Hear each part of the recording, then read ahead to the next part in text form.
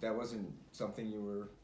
I wanted to be a Christian since 10 years old. One night, we started home from Gloucester town. One Saturday night, I was up there with Mom and Dad, and they had a tent up on the corner of a vacant lot and having what they call a protracted meeting, which was a ongoing preaching meeting. Some guy,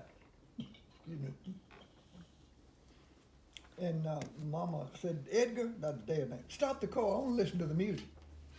So she stopped the car. Well, I didn't want to listen to the music. I wanted to go see what was going on. So I got out of the car, ran across it, and pulled the flaps of the tent open just about the time the music stopped. And George Mosley, in the class above me in school, ran down that aisle and fell on his knees in front of the pulpit in that sawdust. What in the world are you doing? So So that the kids know, what was he doing? He's getting there. So Monday, when I went to school, Donald Thompson, which was my closest friend in school, and I said, Donald, what did George do Saturday night? He said, oh, George was converted. Well, I didn't know what converted meant, and I was too embarrassed to ask. So for the next 14 years, I wanted to become a Christian and didn't know how, and nobody told me. Wow. 14 years. Wow. Really? Yeah. But did you know about it, or you just wanted to because of some mysterious? No. I wanted to because I knew I wanted to go to heaven, and I didn't know how. Uh-huh.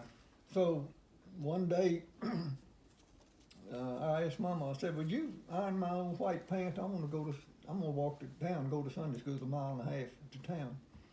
So she ironed those pants where you used to starch them and roll them up, let them soak, and then unroll them and iron them, you know. You could stand them up and then stand up on their legs like that. So I got them in a nice colored shirt and old youth, and I walked to town, to Gloucester, and went to the Methodist church where I knew my friends were. And they said, come on, we'll go to Sunday school. Went in the balcony around the church of Sunday school. Didn't hear a teacher, the teacher wasn't out, I don't think. I don't hear anything. Then, well, we got to taking off, and all those put in a nickel, and I had a quarter. And this was during the Depression, about 1934, about that. I was so glad to be there, putting my whole quarter in. Nice. That's how glad I wanted. Wow. They didn't tell me a thing. So the next time was in Lake Charles, Louisiana in 1941.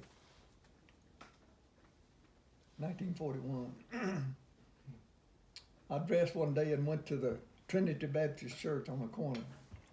And they've got this great big church. It's just, so intimidating.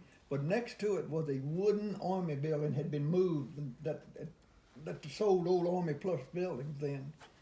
And I heard some singing, so I went in, opened the half glass door and went in, went to one half, looked in, there's a bunch singing. And I saw one had some young people about my age. I was 24 then. No, before I was 20.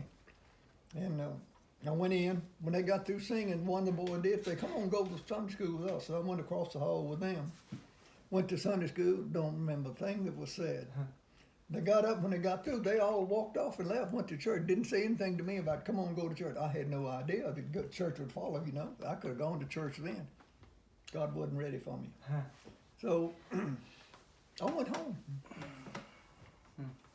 So I didn't hear anybody else till in the service. One time when I was in flying training in Coleman, Texas,